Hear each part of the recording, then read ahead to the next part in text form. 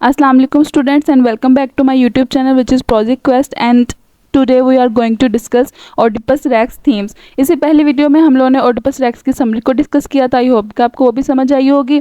Oedipus Rex ये play था जो कि सोफोक्लिस ने राइट किया था और आज हम इसके जो मेजर प्ले थीम्स हैं उसके बारे में बात करेंगे। पहला जो इसका थीम है वो है फेट वर्सेस फ्री विल। आपको ओवरऑल जो Oedipus Rex है उस प्ले में आपको एक टेंशन दिखाई गई है फेट से भागने की और फ्री विल होने की। ये इसी तरह है कि अब इंसान जो है वो फ्री है, वो अपनी मर्ज़ी से कुछ भी कर सकता है, लेकिन यहाँ पे ये दिखाया गया है कि जो फेट की जो पावर है वो इनएस्केपेबल फोर्स है जिससे इंसान जो मर्ज़ी कर ले वो भाग नहीं सकता। अब एक इंडिविजुअल है वो फ्री है, वो जो है अपनी फेट को बदलने के लिए कुछ भी कर सकता है, वो कोई भी रास्ते इख्तियार कर सकता है। लेकिन ये पूरा प्ले बताता है कि चाहे वो जो मर्ज़ी रास्ता इख्तियार कर ले इंडिविजुअल, आखिरकार उसकी फेट जो है उसको वहाँ पे ले ही जाएगी। यहाँ ये वाला थीम हम लोग प्ले में इस तरह से देख सकते हैं, जैसे वो क्रिंच से भागा था। ओडिपस जो है ना वो परेशान होकर क्रिंच से भागा था कि मैं अपने फादर और मदर को नहीं मार सकता, ठीक है। तो वो क्या करता है, अपनी माँ से शादी नहीं कर सकता, फादर को मार नहीं सकता, वो क्रिंच से भागा अपनी फेट से बचने के लिए। लेकिन रास्ते में ही उसका क्रॉस रोड पे इनकाउंटर होगा किससे, लुइस से, जो उसका असल में फादर था। और उसमें उसने क्या किया कि अपने असल फादर को मार दिया। बेशक ये अननोइंगली हुआ, लेकिन हुआ तो यही ना कि वो अपनी फेट से बच नहीं सका। उसने लुइस को जो है वो मार दिया और फिर जोकास्टा से शादी कर ली जो कि उसकी रियल मदर थी। तो क्या हुआ कि कोई भी इंडिविजुअल जो है वो फ्री विल रखता है, वो जितना मर्जी भाग जाए, लेकिन वो अननोइंगली हुआ, लेकिन फिर भी उसने अपनी माँ से शादी की और अपने फादर को मारा, हालांकि वो इस चीज़ से भागा था उस वक्त। उसके बाद हम लोग इसका दूसरा थीम देख लेते हैं जो कि है blindness and site. Blindness and site जो है ये थीम जो है ये ऑपरेट करता है बोथ लिटरली मीनिंग भी और मेटाफोरिकली भी, ठीक है। अब ओडिपस जो है वो फिजिकल कैपेबल है कि वो हर चीज़ को देख सके, ठीक है। वो फिजिकली ब्लाइंड नहीं है, ठीक है। वो रियलिटी को अब, लेकिन यहाँ पे ब्लाइंडनेस कहाँ है कि वो रियलिटी और रियल सिचुएशन को जो है वो देख नहीं पा रहा, वो ट्रू आइडेंटिटीज़ को जो है वो पहचान नहीं पा रहा। यहाँ पे दो जगह पे ये वाला थीम यूज़ हो सकता है।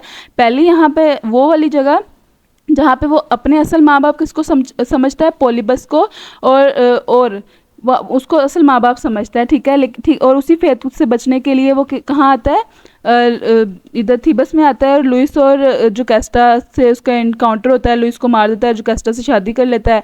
तो क्या होता है कि वो देख सकता है लेकिन वो देख नहीं पाया कि असल में वही वो कर रहा है जिससे वो भाग रहा है, ठीक है। और दूसरी जगह ये ब्लाइंडनेस और साइट वाला यहाँ पे भी यूज़ हो सकता है कि जब वो सबको ढूंढ अपने इर्द गिर्द जो है उस मर्डरर को ढूंढ रहा था, लेकिन आखिर में मर्डर कौन था, वो खुद ही तो मर्डरर था, ठीक है। तो कहने का क्या मतलब है कि देखने में वो तो हर चीज़ दिखाई दे रही है उसको, लेकिन वो रियलिटी से और आइडेंटिटी से जो है वो ब्लाइंड है। कन्वर्सली द ब्लाइंड प्रॉफिट टायरिसियस जो है उसके ऑपोजिट अगर हम लोग देखें, जो एक ब्लाइंड प्रॉफिट था वहाँ पे जिसका नाम था टायरिसियस, वो देख नहीं सकता था लेकिन असल में देख वही सकता था। उसने इसको बताया था कि तुम अपने माँ बाप को मारोगे, और उसी ने तो इसकी आंखें खोली थी कि तुमने जो है वो अपने बाप को मारा है और तुमने अपनी माँ से शादी कर ली है, ठीक है। हालांकि वो देख नहीं सकता था, फिर भी वो उनसे ज़्यादा बेहतर तरीके से देख रहा था, जो कि असल में देखने की सलाहियत रखते हैं। आई होप कि आपको ये वाला थीम जो है समझ आया होगा। These are the most important themes of this play the Oedipus Rex, ठीक है। उसके बाद हम लोग बात कर लेते हैं the nature of guilt and innocence. अब देखें ओडिपस जो है ये वो गिल्टी भी था, ठीक है, लेकिन वो इनोसेंट भी था। अब वो गिल्टी अननोइंगली था। अब उसने जब पता चला कि उसने अपनी माँ से शादी कर ली, उसके 4 बच्चे हैं, वो बहुत ज़्यादा गिल्टी था और वो बहुत ज़्यादा पेन में था। इवन कि उसने अपनी आंखों में उसके जो ब्रशेज़ हैं, जो माँ की जो पिंस थी, उसकी हेयर पिंस थी, उसको अपनी आंखों में घुसा लिया था, ठीक है। वो उस गिल्ट में उसने किया था अपने साथ। लेकिन ये जो पूरा प्ले है ये क्वेश्चन है द नेचर ऑफ गिल्ट की, मतलब कि जो गिल्ट की जो नेचर है वो हमारे अंदर किस तरह से प्रवास करती है, कि किस तरह एक इंसान जो है वो अननोइंगली कोई क्राइम करता है और फिर उसके गिल्ट में सारी उम्र जो है वो रहता है। और ये जो गिल्ट है, ये जहालत जो है, can someone be guilty of crimes they commit in ignorance, क्या उसको जो ना जानते हुए उन्होंने जो गुनाह किए तो क्या वो उसके गिल्ट में किसी भी इंसान को रहना चाहिए। तो ये जो पूरा थीम जो है ये एक्सप्लोर करता है moral and legal responsibility of complexity of justice. Justice से वो पूरा जो थीम है ये उससे उसके साथ वर्क करता है कि अब देखें जैसे उसने तो अननोइंगली वो काम किया था जो वो नहीं करना चाहता था, उसी से तो वो भाग के आया था। तो ये पूरा प्ले जो है वो इस क्वेश्चन के गिर्द घूमता है, क्या इंसान को उस चीज़ के ऊपर भी सज़ा मिलनी चाहिए, उस चीज़ के ऊपर भी इंसान को गिल्ट करना चाहिए जो कि उसने इग्नोरेंस में किया। फिर है the quest for identity, next theme, ठीक है। अब ओडिपस की जो जर्नी है ना ये पूरी की पूरी जर्नी इसी चीज़ में गुजर जाती है कि वो अपनी आइडेंटिटी को जो है वो पहचान सके असल में वो है कौन, ठीक है। वो सेल्फ डिस्कवरी में जो है ये पूरी की पूरी उसकी जर्नी गुजर जाती है। वो पूरी जर्नी में यही सर्च करता रहता है कि असल में हकीकत क्या है।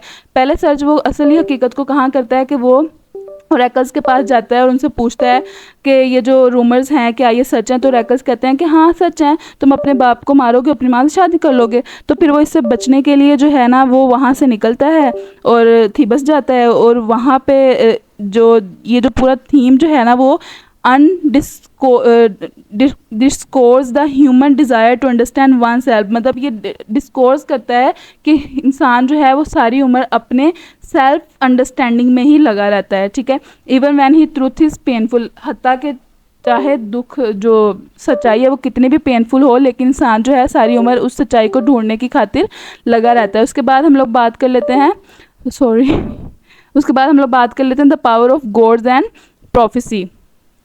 अब इसमें क्या ये ना एक ग्रीक के जो गॉड्स हैं ना वो इसमें क्रूशियल रोल जो है वो प्ले करते हैं करेक्टर्स को शेप देने के लिए। अब देखें ना करेक्टर अकॉर्डिंगली वर्क कर रहे हैं जिस तरह से उनकी फेट के बारे में प्रोफेसी की जाती है। वो प्रोफेसी कौन कर रहा है, वो प्रोफेसी वो जो वहाँ के जो बैठे हुए हैं जैसे ओरेकल्स थे, ठीक है, वो लोग प्रोफेसी कर रहे हैं और उसी प्रोफेसी की बेस पे वो जो दूसरों के करेक्टर्स हैं वो उनको बिल्ड कर रहे हैं। अब वो यहाँ पे एक ये भी आता है कि ह्यूमन पावर को भी क्वेश्चन किया जाता है कि human understanding in the face of divine will. अब आगे आता है hubris and downfall of the hero.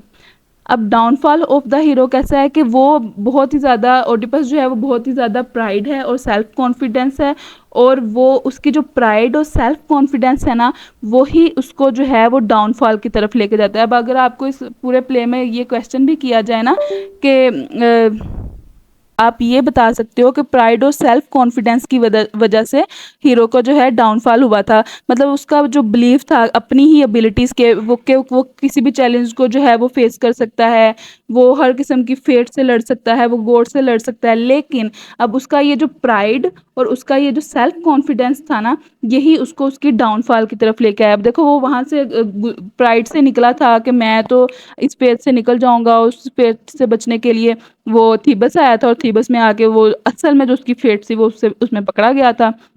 तो अल्टीमेटली ये जो प्राइड और सेल्फ कॉन्फिडेंस है ये ट्रेजिक एंडिंग का रिजल्ट होती हैं। तो ये जो थीम है ये रिफ्लेक्ट करता है ग्रीक बिलीफ पे कि जो डेंजर्स ऑफ ह्यूब्रिस, ठीक है। अब ह्यूब्रिस डेंजर ऑफ ह्यूब्रिस का मतलब है कि बहुत ज़्यादा ना ओवर कॉन्फिडेंट होना। ह्यूब्रिस का मतलब होता है बहुत ज़्यादा ओवर कॉन्फिडेंट होना। तो कहते हैं तो ग्रीक की यही प्रोफिशिएंसी थी कि वो बहुत ज़्यादा ओवर कॉन्फिडेंट होगा ना, एक्सेसिव प्राइड जो होगा ना वो ट्रेजिक एंड की तरफ लेके आएगा, वो डाउनफॉल की तरफ लेके आएगा। आई होप कि आपको इस वीडियो की अच्छे से समझ आई होगी, ओडिपस रेक्स के थीम्स की समझ आ गई होगी कि आपने इसको कैसे अटैम्प्ट करना है पेपर में, उसको कैसे रिलेट करना है अपने प्ले के साथ। तो एंड पे मैं फिर आपको बताती चलूँ कि I have notes of these themes and the summary also. If you want these notes you can contact me on my Snapchat, on my Instagram and Facebook. Thank you so much for watching my video. Allah Hafiz.